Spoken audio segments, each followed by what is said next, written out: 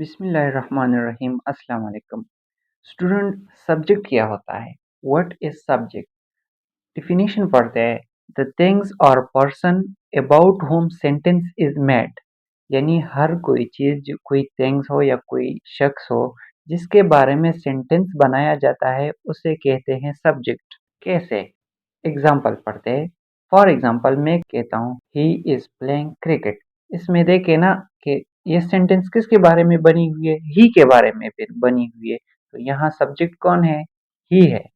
Similarly दूसरा sentence है आई eight Apple. तो इस सेंटेंस में देखे कि सेंटेंस जो है किसके बारे में बनी है? आई के बारे में बनी है, तो यहाँ सब्जेक्ट कौन है? आई है। पहले सेंटेंस में ही और दूसरे सेंटेंस में आई, ये दोनों क्या है? सब्जेक्ट है। अब मैं आपको सब्जेक्ट के बारे में दो सबसे अहम पॉइंट बताने जा रहा हूँ कि जब सब्जेक्ट किसी भी सेंटेंस में आता है तो ये टू पर्पस के लिए आता है। Number one, often perform action. For example मैं कहता हूँ ली एट द एप्पल।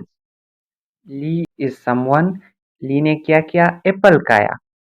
इस सेंटेंस में देखिए, इसमें ली जो कोई पर्सन है उसने एक एक्शन परफॉर्म किया है। क्या किया है? एट द एप्पल, एप्पल खाया है। तो यहाँ क्या हुआ है?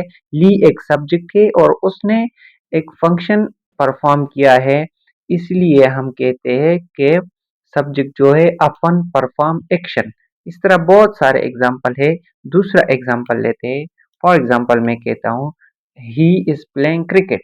वो क्रिकेट खेल रहा है। तो इस सेंटेंस में आप देखें, ही जो है वो सब्जेक्ट है और वो एक एक्शन परफॉर्म कर रहा है। क्या कर रहा है? प्लेइंग क्रिकेट, क्रिकेट खेल रहा है।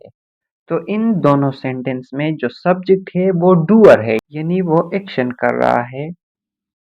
दूसरा पॉइंट है subject is described in a sentence. जब भी सब्जेक्ट किसी सेंटेंस में आता है या तो वो डूअर होगा, परफॉर्म एक्शन कर रहा होगा, या फिर उसको डिस्क्राइब किया जाएगा। कैसे? For example Lee is chubby.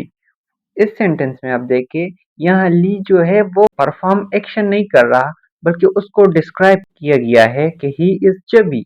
Lee is chubby. दूसरा एग्जाम्पल लेते हैं। मैं कहता हूँ he is a good boy. इस सेंटेंस में देखें, यहाँ ही जो है वो तो कोई एक्शन परफॉर्म नहीं कर रहा, बल्कि डिस्क्राइब किया गया है। कैसे डिस्क्राइब किया गया है? कहते हैं कि he is a good boy, वो एक अच्छा लड़का है। तो यहाँ भी सब्जेक्ट को डिस्क्राइब किया गया है। पहले हमने सब्जेक्ट का डिफिनीशन पढ़ा, फिर उसके बाद उसके दो यूज पढ़े कि कैसे इस्तेमाल होता है और क्यों इस्तेमाल होता है। मैंने अक्सर स्टूडेंट से ये सुना है कि जब उससे सब्जेक्ट के बारे में पूछा जाता है तो वो कहते हैं कि subject that perform action in a sentence. तो आप इस तरह ना कहें, क्योंकि ये सब्जेक्ट का एक यूज है। तो सब्जेक्ट का डिफिनेशन आप इस तरह करें, थिंग्स और person about whom sentence is made. आगे बढ़ते हैं। ये बात आप अपने जहन में रखें कि सब्जेक्ट जब भी आएगा या तो ये नाउन होगा, या फिर प्रोनाउन होगा, या फिर नाउन फ्रेज होगा। अब नाउन क्या है, प्रोनाउन क्या है, या नाउन फ्रेज क्या है, इसके बारे में मैं अलग वीडियोस बनाऊंगा। लेकिन यहाँ सिर्फ आप ये समझे कि ये तो या नाउन होगा, प्रोनाउन होगा, या फिर नाउन फ्रेज होगा। एक और पॉइंट के सब्जेक्ट अक्सर, हमेशा नहीं, अक्सर वर्ब से पहले आता है, बाद में भी आ सकता है, लेकिन अक्सर केसेस में सब्जेक्ट वर्ब से पहले आता है। एक आखिरी पॉइंट जिसको कहते हैं सब्जेक्ट एंड वर्ब एग्रीमेंट। इसको मैं किसी और वीडियो में डिटेल के साथ पढ़ूंगा, लेकिन आप यहाँ सिर्फ ये समझे कि जब सब्जेक्ट और वर्ब एक दूसरे से मैचिंग कर रहे होते हैं तो इसको कहते हैं subject verb verb agreement. For example he is playing.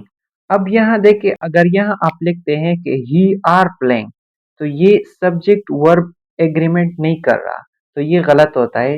He is playing ये सही है, क्योंकि यहाँ सब्जेक्ट और वर्ब का एग्रीमेंट है। ही के साथ इज आएगा, आर नहीं आएगा, तो इसे कहते हैं सब्जेक्ट वर्ब एग्रीमेंट।